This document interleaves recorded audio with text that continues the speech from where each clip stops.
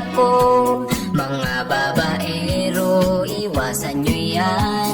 Marami ang jowang pinagsasabay. Tamang lalaki ay naghihintay.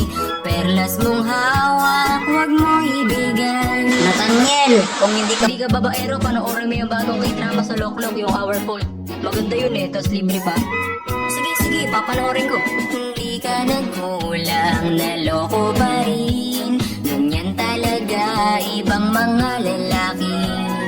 Dapat sa una ay kilalanin.